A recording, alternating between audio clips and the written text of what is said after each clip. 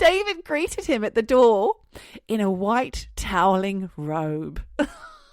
It's not sexy, Michelle. People don't find it sexy. Eavesdroppin.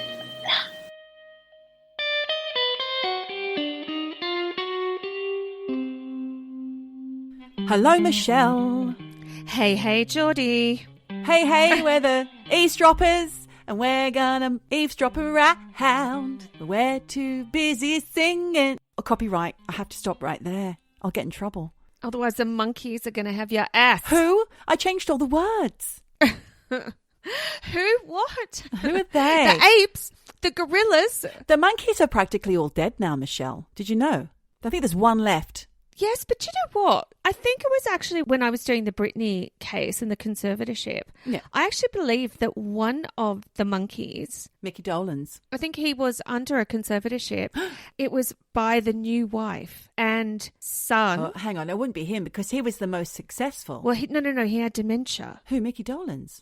Or Mike Naismith? I know all their names. I was a massive fan. Were you? As a child. Davy Jones, Peter Tork, Mike Naismith, whose mother invented liquid paper. What, Whiteout? Yeah. Oh, my God. And Mickey Dolenz, who went on to do a lot of writing for TV, I think. It's quite famous. Right. I'm going to actually look this up right now. Do it. Conservatorship monkeys. While Michelle is researching some inane facts about a fictional pop group that no one listening to us will remember, I'm going to introduce myself. I'm Geordie, and I'm doing a podcast here with my friend Michelle. She's too busy Googling or DuckDuckGoing right now.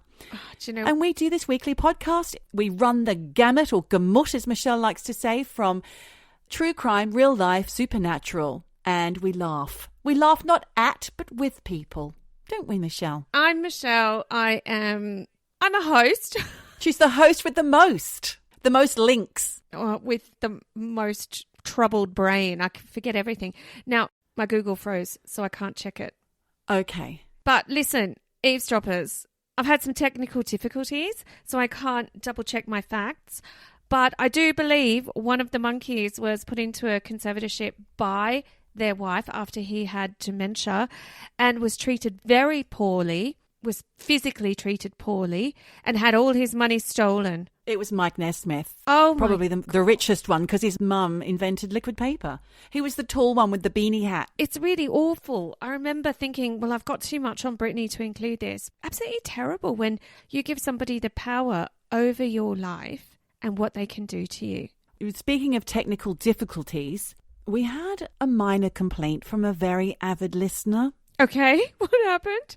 Mark from Rains Park didn't write in because I see him once a week. And he said our jingles almost deafened him. He actually said, sort your levels out, girls. Sort them out. And I said, well, I have a wall.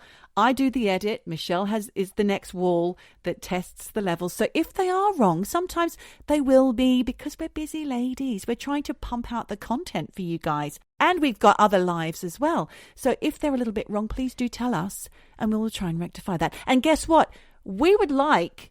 Don't you love a voice note, Michelle? I fucking love a voice note. I love it. It's so much faster than texting and I can just ramble on, as you know. That's fun. But what I was going to ask is our eavesdroppers who have been writing in, and thank you for all of those lovely emails and notes on our social media. But what about a voice note? Why don't you voice note us on? How do they do that? Well, they still have to email us their voice note. Email us the voice note. We'd love to hear. Oh, you could be on this show. Oh, my God. We do have to do one caveat. If you voice note us... You have to give us permission to let us play Yes. you. Or maybe turn you into a jingle as well. We could do it. Cut it up. Cut it up. Cut it up. What? You know, we could do like those mixes. I'm not sure if our technical abilities stretch to that, but definitely we would love to hear your voice notes. And maybe we might even feature them on the program if you give us the go-ahead. Exactly. What do you say? Come on, eavesdroppers. And also I noticed, Michelle, speaking of business, Patreon's changed. I don't know how. Apparently it looks nicer or something. I don't know. But if you're not a patron, we've got some things going up there soon. Some interesting interview style little bits and bobs. So why don't you sign up and listen? We will give you hints about who we talk to week. And if you're not a patron, then you won't be able to listen to it. You can give us a tip. You can sign up for a monthly amount. It's very easy. If you love us, then show it. And it doesn't even have to be much. It can be $1 or $2 a month. You know, that's less than a cup of coffee. Enough to keep us in brown lemonade. It's less than a brown lemonade. Less than one brown lemonade. So see how you go. We love you and we love the love. We can share a brown lemonade, can't we? Well, if we're ever in your neck of the woods, we'd love to share. 2 straws, 1 pint glass. She made it awkward. She made it awkward. She How did I make it awkward? Awkward. How dare She made you? it awkward. She made it awkward. Outrageous. How bloody awkward. How bloody awkward. Well, this is awkward. How bloody awkward. Awkward. Bloody hell. Fuck you. Listen, Michelle, last week you shook me when you told me about that comet. It awakened in me some kind of existential fear that I've had since childhood. You know, I've got a lot of fears. I suppose I'm quite an anxious person, but there's 3 main things. One is the comet. The other one is nuclear war. Obviously, as a child of the 80s, as you are, you would remember that awful feeling as a 8, 9, 10-year-old, feeling like the bomb could be dropped at any point. And all those TV shows that were on at the time poisoning our minds and giving us fearful nightmares. And the third one was a pandemic, especially in my 20s and 30s, because I knew it was coming. It was predicted for a long time through data and analysis. Can you imagine how anxious I was when we got locked down in March 2020? I was beside myself.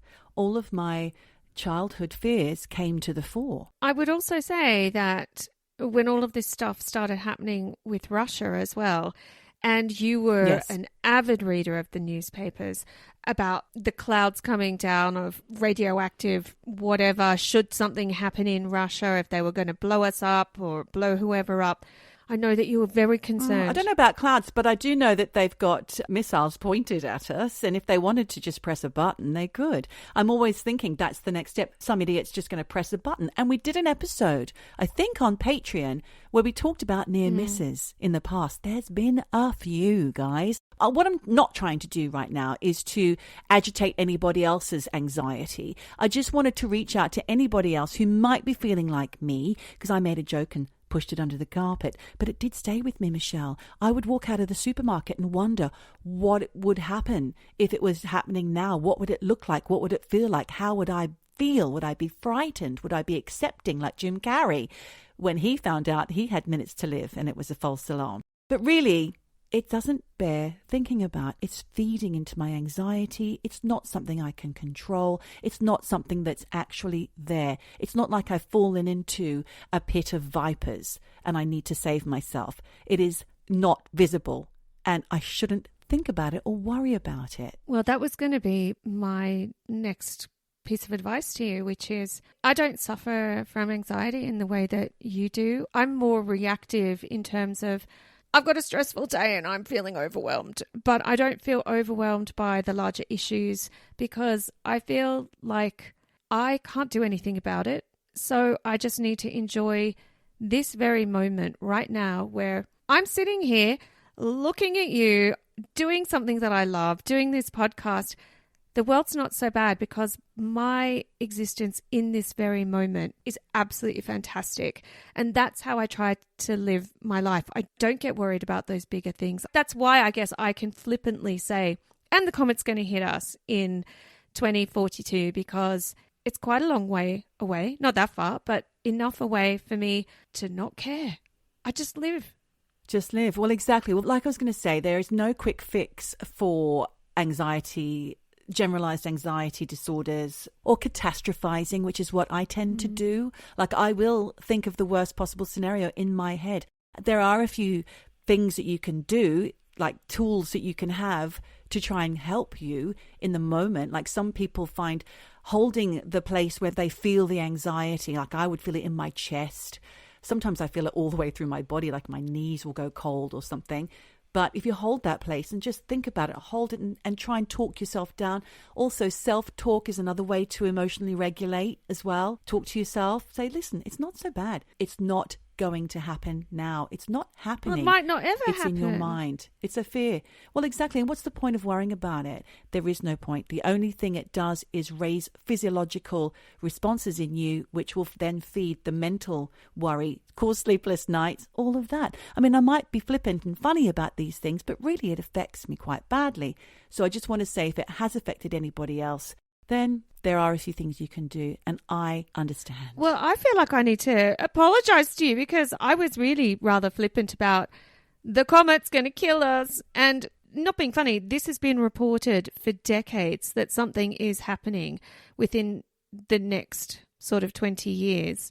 We are potentially going to be obliterated. There was a near miss 2 years ago, Michelle, I've been Yeah, told. I mean, they're happening all the time. You know, Neil the scientist says that there are a lot of near misses, but when we talk about near misses, it's not like they are meters away from crashing into us. There are huge distances, but in terms of the broader nothingness of space, then yeah, I guess they're quite close. Again, I apologize if that was worrying to you. No, don't apologize. That's my problem, not yours. I agree that that's something I can't control. I can't control your reaction to things. I'm rather complacent about just life unfolds as it's meant to unfold. And we all know that we're born, we live, we die. It's all going to happen. We just don't know when. The end is near. And no, but really, like, what can you do? She's a jolly little thing, isn't she, The thing is, you people? can't do anything. Well, no, you it's just true. have to, like, go day by day. Exactly. It's good to live in the moment. To me, depression is,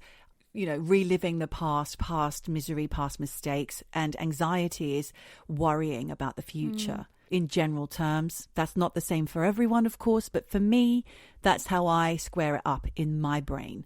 So living in the moment, enjoying what you've got around you right now, being grateful, it works. It works for me sometimes. But every now and again, I will be dragged back into that existential cold fear.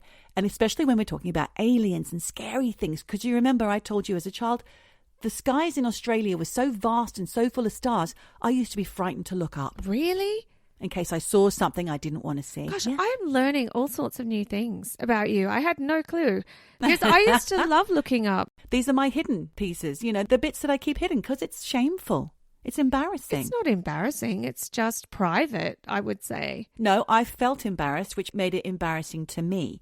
That's why I wouldn't talk about it or advertise it, you see. It's funny that you talk about that word grateful because I really have a bit of a to that word. I don't like it. I feel like it's so overused and I feel like it's so glib. People say they're grateful, but I don't really feel that people are. And I think a better word is appreciation. And to appreciate what you have. Because grateful for me implies that you should be subservient to the feeling, whereas appreciating something is a more powerful, assertive feeling or word. I guess. Okay, well, that's a good thing to do as well. Well pointed out. That's just me. That's just my little bugbear. Ew. Well, that's one for the bin. Yak. Bin, bin, bin, bin. Michelle, do you have anything to tell me? Well, I will say I had a one-to-one, face-to-face with none other than Neil the scientist. He's one of our researchers. He even has his own fucking jingle. Yeah, I've got some sciencey stuff, not for this episode, but coming up. So keep an eye out for that, or an ear out for that. Neil, you make science fun. Neil, you make science fun. He can't have two jingles. No, he can't. One and done. That's all he gets. Well, that's exciting, Michelle. What are we talking about today? Murder. Murder. We've had enough of aliens. We've had enough of UAPs. We've done 2 episodes in a row about those. It's time to get back to, well, basically I've got almost a doorstep murder. What? No. Ouch. Well, no, it's not a doorstep murder. Murder. Because I did have one, and I don't think I can talk about it because it happened on my father-in-law's doorstep some time ago, not that long ago. And it happened in a house that he rented. But it's way too close to home, and out of respect, I can't tell that story. But, Michelle, I do have a worryingly similar one to tell you today in a very close proximity to where my other story that I can't tell you about took place. Do you want to hear it? No, of course I do. Do we need some triggers here? Not necessarily. Not yet. So today, Michelle, I'm going to tell you about the sad case of Diane Chenery-Wickens, who was murdered in 2008 in East Sussex. I got my information from various sources, mostly The Guardian and The Argus, which is a local East Sussex paper. Diane Chenery-Wickens was a BAFTA award-winning makeup artist who worked on BBC TV shows like The League of Gentlemen. Do you remember that one? Of course. Wow. I was waiting for you to do a catchphrase. Oh. It's a local shop for local people. Yes, exactly. Local people. You're my wife now, Dave. How many have you got? Local people was like the big one. 11T. 11T. Okay, so there's that one, which is fabulous. And if you haven't seen it before, if you're from a country where it wasn't shown, seek it out. It's grim, it's dark, and it's fucking funny. It's really good. I don't know if it stands up, actually. I think it had to be maybe censored a little bit. I think all those things are of their time, you know. Yeah. You go back now, and I personally was... There's a black face. Well, I was never a fan of Little Britain, but that definitely does not hold up. Well, Diane also worked on other shows, not so politically incorrect. Well, maybe Dead Ringers is. I don't know. Yeah. Dead Ringers is the... impressions show. Like they've got people like Rory Bremner and other people doing impressions of politicians, usually impersonations. That's it. And Casualty, or Casualty, I like to say. Casualty. It used to be on a Friday night. Don't know when it's on now. Don't watch it anymore. But in the first 20 minutes, somebody would fall off a ladder or be hit by a car, and the paramedics would have to come and get them and take them to Casualty. Going back to poor old Diane, on the night of the 22nd of January in 2008, she arrived at the home she shared with her husband David in the East Sussex village of Duddleswell. Duddleswell. It's in a beautiful part of the world, I have to say. Diane and David met in 1996 when he worked as a prop and stage delivery driver for the BBC, and he'd often give tarot readings in the back of his van for the production staff and actresses. He was a bit spiritual, you see, and Diane became intrigued about this, so one day she asked him about a prediction that she had previously had regarding her personal life. Doesn't say what it is, but they began a relationship, and eventually they married. So flipping back to the night of the 22nd of Jan, 2008. That evening, Diane had discovered an itemised phone bill with many of the same numbers repeated. Oh. She rang one and heard the voicemail of what turned out to be one of her husband's mistresses. No. Yeah. So then she rang another and got through to a gay chat line. No! He's a dark horse. This was just the end of her tether, I think, because for months before that, it's believed that Diane had been visited by bailiffs, and that's how she discovered that she was in £17,000 worth of debt after checks for $24,000 from her husband had bounced. Now, just bear in mind, she's an award-winning BBC makeup artist. She out-earned her husband by miles. He was a delivery driver, essentially. I'll tell you a bit more about him later on. I'll just tell you what was reported as basically what they thought happened to her on this night. They believe that she confronted David with all of this information, the money, the sex, the lies, etc.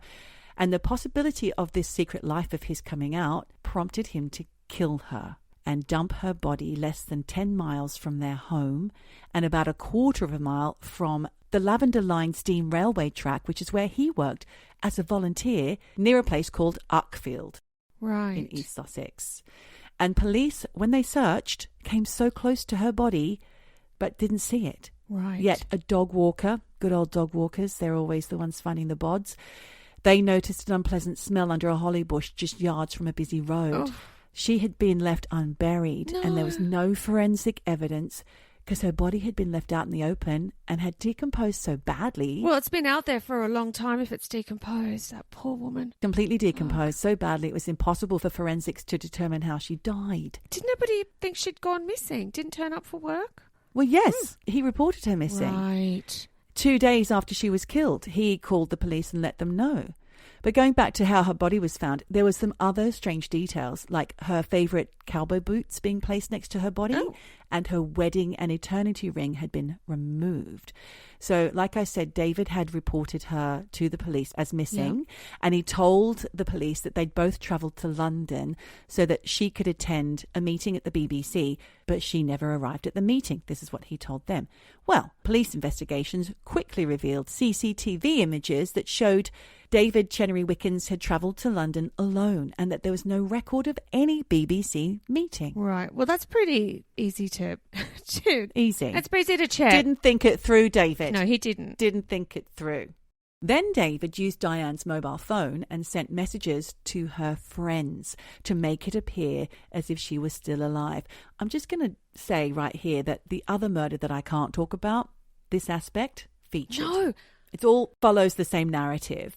It's This sad. is so awful. And the fact that you're going to get busted. People don't really get away with murder. And then to do all of this, you're digging your hole even deeper. Well, listen, even more bizarrely, because he was spiritual, he did something else odd. He left a message on her mobile phone, knowing she was dead, saying, "I'm trying to tune into you. You seem to be not in a good place. I'm at home, our home, wishing you were here with me now." How weird is that? He's a fucking psycho. Just saying.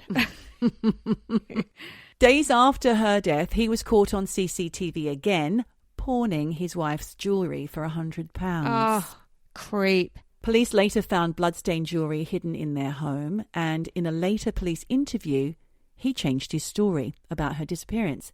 He then changed it to saying that they had parted ways after breaking up at East Grinstead railway station, and that his wife was too ashamed to face up to her money troubles and their failed marriage, so she went to Spain to start a new life. Come on, David. It's getting more and more fanciful. Shut up. Anyway, David Chenery-Wickens, who was 52 at the time, was eventually charged and later found guilty of murdering Diane Chenery-Wickens. And during the 6-week trial, he was exposed as a sexual predator and a compulsive liar who had affairs throughout his 11-year marriage to Diane. So it also came out on the night that he had reported his wife missing that he had left sexual messages on a former girlfriend's phone, and again later that night called a gay chat line and arranged for a man to come to the house. The man was later called to testify because police were able to trace all of this, and he told the court, this is good, Michelle, you're going to love this. He told the court they didn't have sex because when David opened the door, this man who was called round, he got the ick because David was... David greeted him at the door in a white toweling robe. No!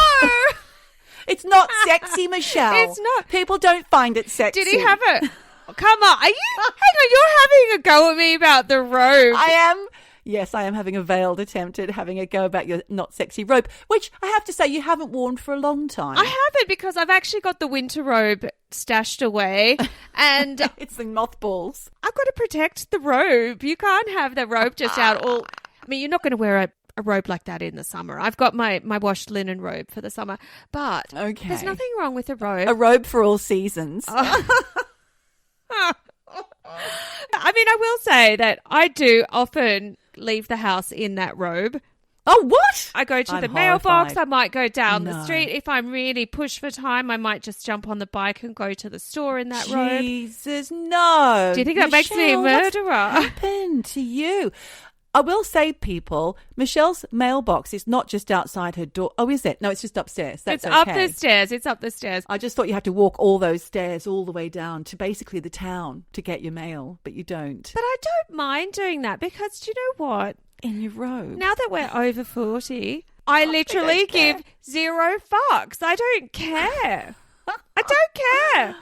Oh, but man. I do have an image of this guy. He's prepped in that robe. Thinks he's something. I bet you he's got like a whiskey and a cigar and that robe, like, come on in, you know. Yeah. And the guy's like, Ick. nah. I don't think it was the robe that gave him the ick. It was the whole shebang. If you say so. Going back to this guy, David, right? Diane's friends said that when she met David, she was in a vulnerable place having suffered insecurities after her last relationship breakdown. And I think that he was quite a bit older than her. She was in her 30s when she died. He was in his 50s. One of his colleagues remembers that when David moved into Diane's flat in Battersea, all he had was a single plastic bag containing his possessions. This man said, "He struck us all as strange. He had no past. He was not on speaking terms with his family and had few friends." Would you marry a man like that? Big fucking red flags here. And I mean, basically, she threw him a bone. She was successful, award-winning, had a fucking place in Battersea. Yeah. Nice. This guy was like, ka-ching, I just found my sugar mama. Sounds like he was fishing for something like this as well. I don't know. No one knows. See, on the other hand, so like you said, she was a great success. She was a high achiever. And from that day on, this colleague says, he sought to control her. He was a control freak. These are words from one of his colleagues. And like I said, Diane was 37 at the time. She was ready for a lifelong partner. And when her friends asked her why she was marrying David, she said, because he asked. She didn't say because I love him. No. She said because he asked. I think she was feeling lonely. Her self-esteem was in the gutter. God knows what had happened to her previously, but it was that low. She was that low in her self-esteem and her self-confidence that when this guy showed her some attention, and I believe he could be charming because he had a string of lovers throughout their 11-year marriage. He also had a string of gay boys that he called up from the chat line. So, I don't know how charming he is, but just saying, I'm sure he was charming. Sorry, character slow. By the time they got married in Dorset in 1997, they'd only known each other for a year. Not dating, known each other. Then the couple moved to Sussex in 2000 with David reinventing himself as the Reverend Chenery-Wickens. He kind of just decided he was a reverend because of his spirituality, I suppose. I mean, it doesn't really go into detail, all the information. There's not much info out there, I have to say. I had to really deep dig. He went on to work as a volunteer, as I said earlier, on the local Lavender Line, which is a steam train that takes in the beauty of the area. And he was also known, like I said, as a spiritualist, and he would offer his services to vulnerable women. David said he had a hotline to the other side, and he could communicate with the dead. Anyone here know a Gary? Anyone know a Gary? Oh, man. Speak up, Gary says. No, I don't know what he would have said or done, but somehow he drew people in because there was this opera singer woman who lent him more than £21,000 after he told her he was suffering from prostate cancer, which wasn't true. Oh, God. This guy just gets more and more bizarre and worse and creepier. There was loads of women, and another one who was called to testify said that David had told her he'd ended his marriage, which also wasn't true as far as his wife was concerned. David told one of his girlfriends that Diana was neurotic and had been detained in a mental hospital. So when this girlfriend once phoned the family home, she was surprised when Diane answered. She told the court this: "I couldn't believe an educated woman like her was with a man like that. I actually said to Diane, 'I'm having an affair with your husband.' And I remember her saying, 'You're jealous.'" She didn't believe it. Oh. So she was in a bit of denial about what David was really like. And I think maybe until the bailiffs came a-knocking and the gay chat line numbers kept racking up, that's when it finally got to her, and maybe she threatened to kick him out. And that was the end for him. I also think that we don't know how much control this guy had over her, if it was coercive or if he just chipped away at her self-esteem to the point where she just felt like shit, Yeah, it was already on the floor, according to friends. Awful. Sussex Detective Chief Inspector Steve Johns said there had been many more victims of David Chenery-Wickens' lies and seduction. Yeah. He was jailed for life, you'll be pleased to know, in 2009. Oh. Even though there was no evidence showing how she died and no confession. But they got him. Wow. How? I don't know. Oh, okay. Okay. I couldn't find any more information. It's really thin on the ground. But I do know that these kind of murders happen all the time, and I'll go on to talk about that in a minute. During the trial, which happened in 2009, it was a year after her disappearance and murder, the papers named him, you'll love this, the Vicar of Fibley. Oh, shit. Do you know what? It must be the son who did It was that. probably all of them. I think they all loved it. Yeah. Because at the time of the trial, there was a moment where he was being asked about his spirituality and spiritualism, and he suddenly began to make groaning noises then fainted, fell down the steps and banged his head, had to be dragged off to hospital. And the court had to be paused. It's just all theatrics, Yeah. isn't it? Dickhead. Absolutely. So he denied killing Diane. However, he did also say that their relationship was over by the time of her death. And that's all I've got about that. The family were desperate to know the circumstances in which Diane was killed, but he'll never tell. And I assume, Michelle, that is because he has that power. He's in there for life. There's no getting out. I don't know how they got him, but they did. And he'll never tell them what he did to her. He's not remorseful. Wow. I just don't understand that. Unless you're, like I said earlier, a fucking psycho. Well, literally. How do you not have remorse for... I'll tell you for that? what I think. This is from America's ABC News channel. Statistics show that around 34% of women killed in the US in 2021 died at the hands of their partner. What do you think the percentage is for men being killed by their partner, women partner? 0.2? 6. Okay. A former FBI agent said that there are two types of domestic homicide, premeditated and spontaneous. And he says the spontaneous ones are people who probably have a history of abusing their spouse. They may have alcohol or drug dependency issues or raging jealousy issues and end up killing their spouse in a fit of rage. The premeditated homicides, on the other hand, the motive is usually jealousy or greed. And there's an example given. They become enraged because their wives have become more successful, which is probably David's situation. But he knew she was successful before he even turned up. It's not like it happened during the course of their marriage. The agent goes on to say, these premeditated homicides are often poorly planned. Like I said, he didn't think it through because they're so driven by getting rid of their partner that they actually don't even think through the logical things like my cell phone can be tracked. Yeah. At the core of domestic violence is power and control. And when it comes to domestic homicide offenders' personalities, they are usually narcissistic and antisocial, according to this FBI agent. Particularly with the ones that are planned. He said, you're really talking about antisocial personalities. It's all about fulfilling their needs and nothing else matters. Now, I will tell you a little bit about antisocial personality disorder in case you're wondering, just quickly before I wrap up. ASPD, it's known as. It's a deeply ingrained, rigid, dysfunctional thought process that focuses on social irresponsibility with explosive, delinquent and criminal behavior with no remorse. Common manifestations of this disorder are the disregard and violation of other people's rights. Other symptoms may be failure to conform to the law, inability to sustain consistent employment, deception, manipulation for personal gain, and incapacity to form stable relationships. As for narcissistic personality disorder, we have spoken about this before on this podcast. This is the one that people bandy about all the time when they've been fucked over by some dickhead who is selfish. And it's usually used to describe someone who lacks empathy. The manual adds grandiosity, the need for admiration, reduced tolerance to stress, exploitation of others, and aggression. So you don't have to be a psycho. You can just have the first one you said.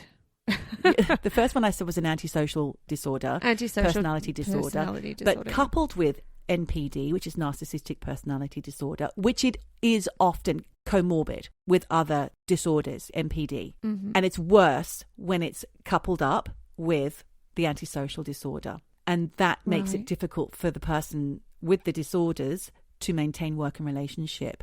Studies have been done to say that there could be a genetic factor in developing these things, but there's also environmental factors such as neglect or rejection in childhood. And that goes on to create a fragile ego, which develops into narcissism in later life. But equally, holding the child in really high esteem also has negative effects as well. If you instill in them a belief that they have extraordinary abilities and things like that, it's hard for them to live up to. And there are actually two types of narcissism. There's the grandiose type and there's the vulnerable type.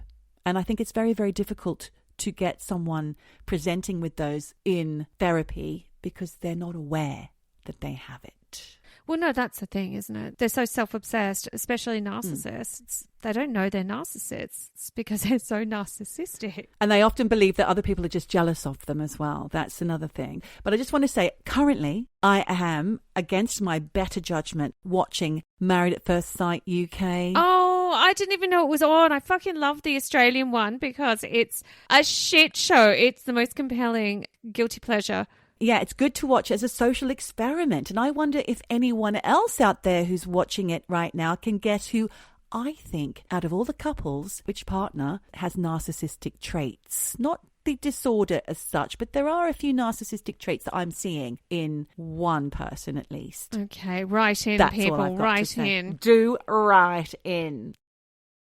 Telerex for sure. Telerex, one more. I'm watching telly. You're watching telly. We're watching telly on the telly. It's the television. I also have a murder this week. Again, this poor woman did nothing to deserve what happened to her. And I will say that this request actually for this hometown murder comes from Eavesdropper Steph, who asked us to see what we could find on a Canberra case that she remembers from when she was at college, mainly because she knew the victim's sister. Oh, my God. Do you know what? I'm feeling like we're becoming the Nancy Drew of podcasts. Girls, help me. I have a question, and I've always wondered what happened. Can you find out? Get Michelle on the case. Well, and you too. You know, you are a super sleuth. I will just give a quick trigger warning here because some of the details are quite upsetting. Oh. And I do think that if you actually had a connection to this case, it probably will feel quite emotionally raw. So we're going back, like I said, to my hometown, Canberra.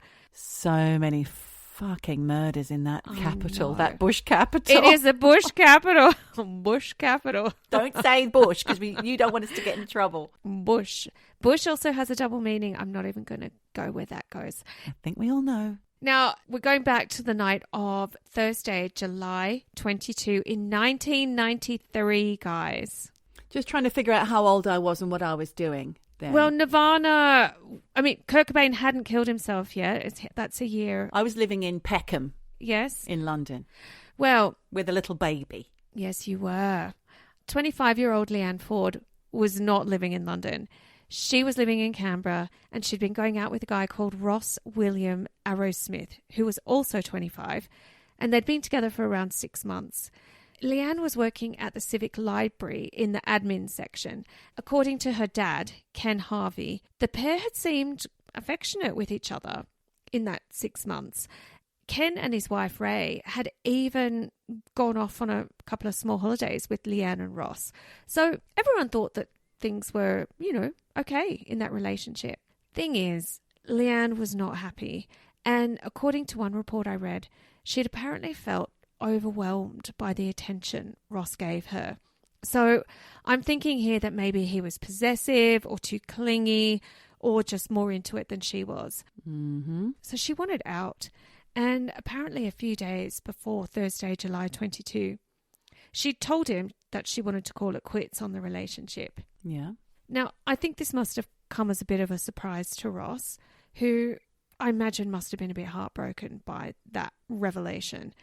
So he invited Leanne to his parents' place in Crane Place, Farrer, which is a nice middle-class suburb on the south side of Canberra. The purpose of this get-together was reportedly to discuss their relationship. But I also read that she was pretty adamant that it was over. I imagine that Ross probably knew this, but he just wanted to give it one last crack in the hope of staying together. And as you can probably guess, that night did not go well for Leanne. Okay. No. Going into the Canberra Times archive, the first mention of this case happens on July 24, when both of them are unnamed at this stage. But the newspaper reported that a seriously ill man was in Woden Valley Hospital under police guard after a woman was found murdered the previous day at a house in McIntyre Street in Narrabundah.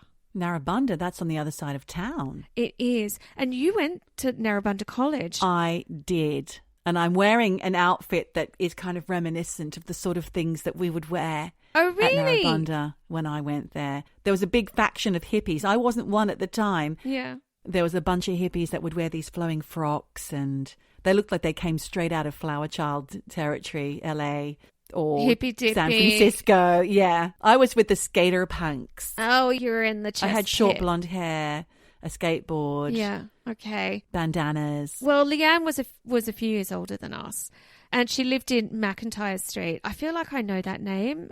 So that's her home, is it? That's where she lives. Okay. She lives in McIntyre Street. But she met him the night before in Farrer. In Farrer at his parents' house. His parents' house. God, okay. It then goes on to report that the body of the woman and the injured man, because remember, he's in Woden Valley Hospital, they were discovered around 11:15 inside her house in Narrabundah.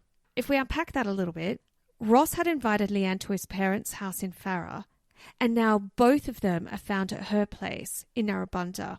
He's injured, she's dead. So something has gone badly wrong the night before for it to end up like this. So just pin that. So apparently the woman, like I said, unnamed at this point, had a number of head injuries, and her death was immediately being treated as murder. Oh, God. Yeah. It then goes on to say that police were expected to interview the injured man in hospital over the next few days. And they say that the guy had been shot at close range in the head by an industrial bolt firing gun. What? That's what they used to kill sheep, isn't it? To all effects and purposes, an industrial nail gun. Oh, God. So after he was found... Not a bolt gun, a nail gun. They say bolt gun or a bolt firing gun. So I guess it's a bolt gun, but they also call it a nail gun. So maybe it's somewhere in between, but it was definitely not the kind of nail gun you buy from, B&Q or Bunnings. It was a proper industrial one. After he was found, he was apparently rushed by ambulance to hospital and underwent emergency surgery, where his condition at that point was critical but stable. The following day, on July 25, the Canberra Times follow up on the case, naming both Leanne and Ross, confirming that Leanne had gone over with the intention of breaking it off for good with Ross and had agreed to see him in person to talk about it. But it also says when Leanne hadn't shown up at work at the library on that Friday morning, her dad had gone over to her house at around 11 o'clock. Oh, God. To see if she was all right. And he found her dead body wrapped in a sleeping bag. I mean, Geordie, can you fucking imagine how fucked up that must have been for him? Every parent's nightmare. That's bad. It's just terrible. So he also finds Ross there, and he calls the police. Detective Sergeant Brian McDonald then goes on to say that a post-mortem showed that Leanne had died from severe head injuries. And the following day, the newspaper report reveals that although Ross's injuries were from a nail gun, it wasn't used in Leanne's death. And then the case goes cold in the media until Tuesday, the 23rd of November, when there's a committal hearing in the ACT Magistrates Court where Ross faced murder charges with none other than Ken Crispin, QC, leading the way. That bloody Ken Crispin. He's on everything. He's all over it. Let's remind ourselves what he was involved in previously. It was Anu Singh, and then it was the one that you told us about. With the brother-sister murder. The brother-sister. Girls' grammar murder. So he's all over everything. So he's leading the charge on the prosecution counsel. Trigger warning here because there are some not nice details coming up. Trigger warning. Trigger warning. Trigger warning. So according to Ken Crispin, Ross viciously attacked Leanne, repeatedly bashing her head with a red enamel kettle with such strong force that it resulted in skull fractures and extensive hemorrhaging, which is what ultimately caused her death. I don't know why, but I guess he probably freaked out when he realised what he'd done. But here's the thing. Instead of calling the police or even a fucking ambulance, Ross instead ran around his parents' place finding towels and sheets and a sleeping bag, which he then used to wrap around Leanne's body. And get this, Leanne was still fully clothed, and in fact, she was wearing her coat and had her handbag over her shoulder. She was ready to leave. Exactly. I think it indicates she was ready to go. I think she'd probably said to him, mate, it's over, I'm leaving. And then he bashed her to death with that kettle in those last moments before she left the house. Oh, dear. He wrapped her body up with the handbag still over her shoulder and in the coat. And then apparently after wrapping up her body, he then put her in his Ford and drove her body to her house in Narrabundah, where he laid her out on the bed, and then he tried to take his own life by shooting that nail gun through his head. Oh, God. So apparently Ross had modified this nail gun, bolt gun with wire. When? I don't know. If he had done it previously, then that indicates premeditation. He was going to use it for her. Oh, fuck. I hadn't even thought of that. But they don't say a timeline on that modification. He'd modified it with wire and a bent nail to disable the safety shield on it so he could shoot himself in the head with it. God. Ken Crispin also revealed that the police found some incriminating stuff in his car, including a broken kettle, a mop, a pair of shoes, and clothing stained with, inverted commas, red-brown stains. Ew. Detective Sergeant Brian McDonald also testified that bloodstains were found on a wall and door handle. And I think this must be at the parents' house because It must be. they also found red paint chips near a combustion stove at the parents' house, which they linked to the murder. And I did read that that red enamel kettle had been sitting on that combustion stove. That, to me, sounds spontaneous, like I was talking about before with regard to domestic murders, which I guess in this case it kind of is because they're in an intimate relationship. Yes. He just picked that thing up and he whacked her when she tried to leave. I agree. I think this is a spontaneous murder. I don't think it's pre-planned. A pathologist called Professor Peter Hurdson concluded that Leanne had suffered extensive injuries to her head, consistent with the whacks from the dented red kettle that was presented in court. He estimated that Leanne's death had taken place around 12 hours before her discovery, which I think is when they realised that she'd been murdered at the parents' place and then her body had been moved to her own house in Narrabundah rather than the initial assumption that she'd been killed in her Narrabundah house. The following day, on Wednesday, 24th of November, 1993, on the second day of the committal hearing, the court heard that Leanne had actually started something with a guy from the library. Yeah, a guy called Jean Marini. Leanne's brother, Rocky Harvey, gave evidence saying that Leanne had told him that she'd already broken up with Ross, but that he had, quote, not been taking it well. And apparently before she'd gone to have dinner with Ross on the night she was murdered, she'd apparently joked to Rocky that she was, in inverted commas, a little worried about going over there. No. And that if she was not home when he got home, because Rocky had been living with Leanne in Narrabundah for the past 6 months, that he was to come look for her. Now, apparently when Rocky got home that night, he said Leanne's Ford Celica wasn't in the driveway, but he had seen Ross's Ford truck in the rear yard. And he just thought that Ross had stayed over and that everything was fine. He also said he'd heard some kind of noise in the middle of the night, but he didn't think much of it and he hadn't been alarmed by anything and he hadn't felt that anything was wrong. Then the new boyfriend, Jean Marini, had to give evidence where he said he'd met Ross around 30 times since he'd known Leanne. And although he said he didn't like him, he'd always been civil to Ross. He then said he and Leanne had known each other for a while and that they'd been, quote, forming a stronger relationship in the days before her death. Now, it turns out that Ross had been living with Leanne in the months before she'd called it quits. So I guess when she ended it, she'd kicked him out, which was why he was back living with his parents in Farrer. And I think Jean had said they'd spent a few nights together previously, which I don't know if that implies they were already sleeping together or not. But Jean went on to say that Ross had asked Leanne to go to his parents' house for dinner on July 22, which she agreed to because, according to Jean, it was the moment when she would make it absolutely clear that it was over and they were never, ever going to get back together. And he said in court, I think she was relieved to finally get it over and done with. She said she was worried about the whole thing. Now, this makes me question whether or not she already knew that he was unpredictable or had violent outbursts. I don't know, and it doesn't say, but maybe some of our listeners actually knew Leanne or the family and maybe have some details to share. Either way, it turns out that Leanne had regularly been seeing a clinical psychologist who told the court that Leanne had displayed a low self-esteem and had discussed her relationship troubles in the psychiatry sessions. Apparently, she'd also told the psychologist that she had become tired of Ross's adoration and was feeling really positive about ending the relationship. Yeah, she just had low self-worth and I think was really excited for this next step with Jean, or at least to end the relationship with Ross.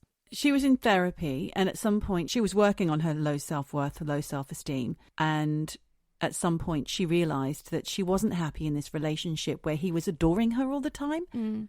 Like I said, maybe it was suffocating. Maybe it was, love bombing. Maybe it was creepy. I mean... Perhaps.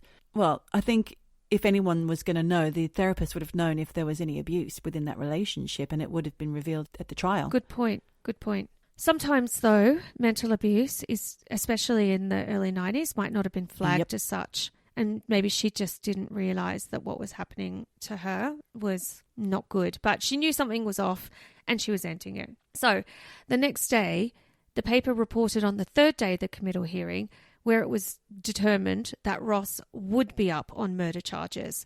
And when he was directly asked by the magistrate if he had anything to say, he said he did not, and that he reserved his defence for the trial that was going to be held, in the upcoming weeks. Yeah. He was then given bail of $2,500 and told that he had to live with his parents. And the court also heard that the nail that Ross had shot into his head from that nail bolt gun had entered the right side of his head above his ear, had passed through his brain, and had come out on the left side of his head, which meant that he had lived, but the injury affected movement in his left arm and legs. Oh, God. But they do say quite clearly that there was no mental incapacity as a result. Oh, okay. Which sounds like, considering what he did to Leanne, that guy got off pretty lightly with those injuries. Mm-hmm. So then the case kind of goes out of the press until a month later, on December 24, 1993, when we find out that in the previous month, Ross had been convicted of Leanne's murder and was sentenced to 16 years jail with a non-parole period of 9 years, and that his legal counsel had appealed the decision against his sentence and conviction. On what grounds, you might ask? Yeah, I'm asking. Well, it's kind of fucked up. So the Canberra Times report that after the appeal, the 16-year jail term was cut to just 6.5 years. What?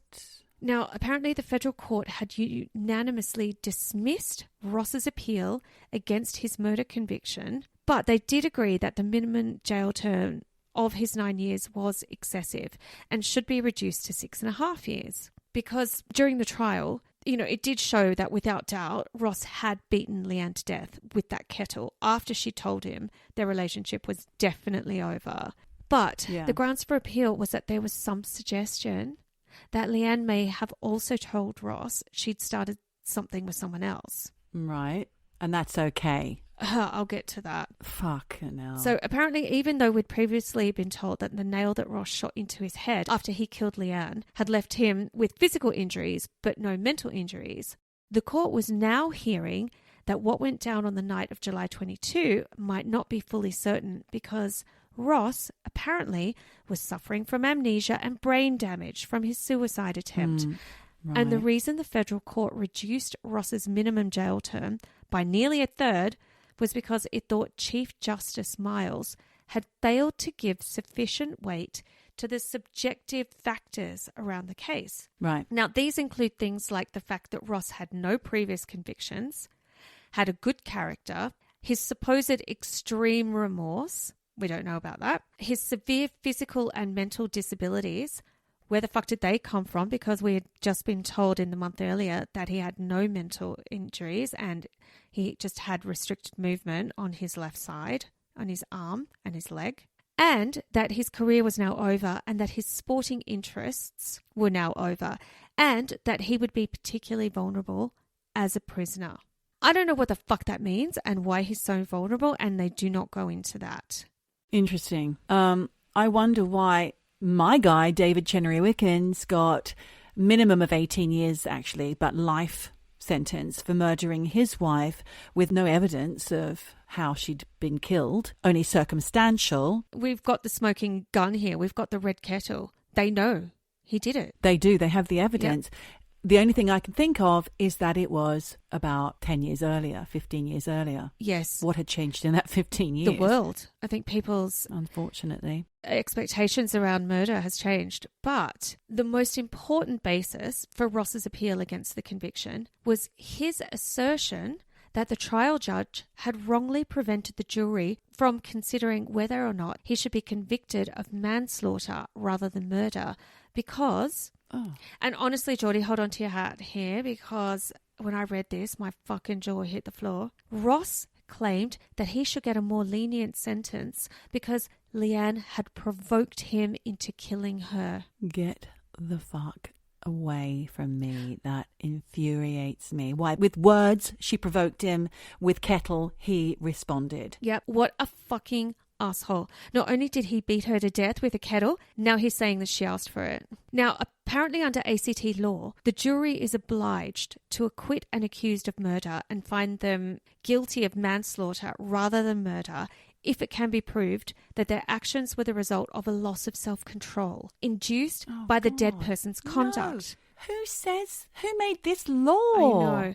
Whether or not that applies is determined by whether or not the dead person's conduct was such that an ordinary person in the accused position would also have lost control.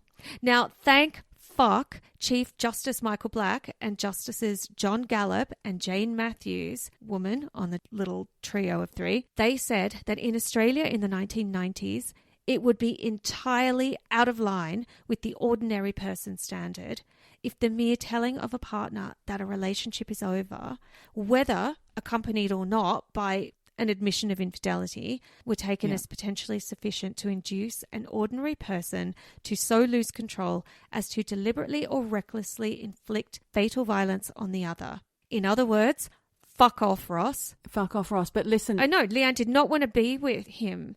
But you know, in some countries, an admission of infidelity can result in the woman being publicly stoned. Yes, of course. Different cultures, but we're talking Australia in the 90s here. Well, thank God for that trio of judges. What a fucking creep Ross is. But still, get this. What happened to him? Well, Ross's lawyers still tried to argue that given Ross's non-violent background and the fact that his loss of self-control had been so complete and so uncharacteristic that Leanne must have done something more to provoke Ross than announce the end of their relationship or the affair, that he should get special consideration. But thank fuck, all three of those judges rejected that suggestion as well. They also said that although there were gaps in the evidence, there was nothing in Leanne's known conduct which was capable of amounting to provocation. Yeah. So, Ross, honestly, go suck a dick in jail. How dare you try and blame Leanne for what you did? Really?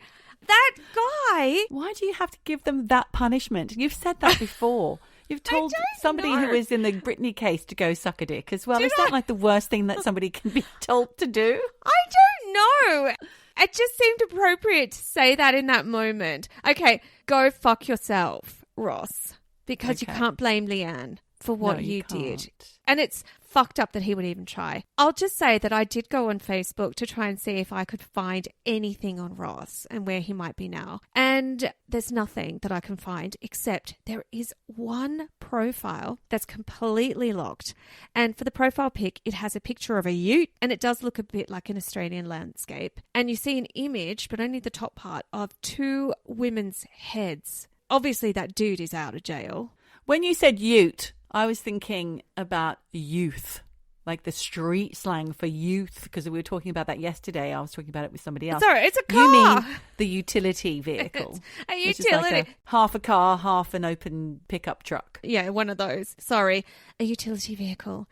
So you see this car and then this picture of two women's heads, but you don't see their faces. So I don't know if it's him. It doesn't say anything about it. It's completely locked down profile. But maybe some of our super sleuth eavesdroppers might know where he is now. And if you do write in. We love it. Or voice note us. Or voice note the shit out of that. And that is the story of Leanne Ford and what happened to her. And eavesdropper Steph, I'm sorry that you knew the victim's sister, Marika. I'm sorry that this might bring up some uncomfortable feelings and memories for you, but I know that you wanted to know more and hopefully you've got some more info now. Well done, Michelle, for covering that. It raises quite a lot of interesting points about what was acceptable then and what is acceptable now. And I want to share a little conversation I had with people who are younger than me yesterday when I was talking about my 12-year-old daughter on a bus with her friends, school friends, tiny little skirt, really long legs, really long blonde hair. They got on a bus, an older gentleman. I don't know how old. He could have been anything from 20 through to 60 as far as my daughter's concerned, because anything over 20 is probably old. ancient. Yeah. They walked on, all in their uniforms, a bunch of them. He looked at her, made a gesture to his seat and said, come and sit here, come and sit here. No. She walked on past, stayed with her friends, whispered to her friends, that guy wanted me to sit next to him. And he kept looking and waving at her all through the journey. And eventually he got off at our stop. She convinced her friends to stay one more stop. And as he got off, he looked at her and pointed at her and said, you're beautiful, and got off. Right. So when she came to tell me that, I was like, well, here it goes. It's going to happen now for you. I was waiting for this moment. This is what happens. But my friends who are younger than me said that is not acceptable. It's not okay. It's different from your day when you were a kid, you know, being shouted at to give blowjobs when you're like 12 and just playing with dolls in your front garden. Yeah. Or being touched by people putting their hands across your tits when they're walking past you in the school and other things like that. That stuff is not acceptable anymore, and it hasn't been for some time. So I've got friends in their mid to late 30s who said, that shit did not fly when I was at school. Report, report. Everyone's saying report, report. Get the CCTV, get the time of the bus, blah, blah, blah. In future, she should report that shit. It's not acceptable anymore. Even just commenting on somebody's attractiveness. Well, some people would say that that is censorship, but it's not if you are creeping somebody out. And most people would understand that a lot of attention like that, rather than just passing saying, what a lovely person you look like, or gosh, you're pretty, or whatever, when it's more than that and it makes the other person feel vulnerable, that's not okay. No, of course it's not okay. And in fact, I do think that perhaps you have an obligation maybe even to tell the school or tell somebody, because A, you don't know who else this guy is doing it to, and B, you want a record of this. I'm not saying something's going to happen, but you need to be making people aware that there's a creepy guy on the bus who is targeting girls in school uniforms. It's not okay. Yeah. Oh, that's awful. Interesting. So it gave me a lot of things to think about while you were telling that story, especially at the end. Another lighthearted episode of Eavesdroppin. Woo! Light with dark. That's how it goes. They never asked for it. None of these women asked for it. And how dare anybody blame the victim here? On that note, honestly, Geordie, I think there's not much more to say. What I would like to say right now, Michelle, is wherever you are, whatever you do, just keep eavesdropping. Eavesdropping. Eavesdropping. Eavesdropping. Eavesdropping.